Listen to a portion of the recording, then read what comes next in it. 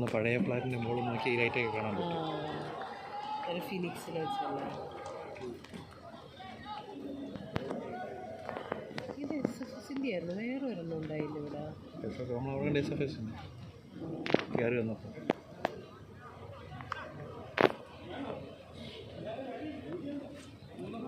പക്ഷെ സത്യം പറഞ്ഞാൽ അവർക്ക് ടിക്കറ്റ് എടുക്കാതെയൊന്നും കാണാം. പക്ഷെ വേറെ പ്രശ്നം എന്നറിയോ,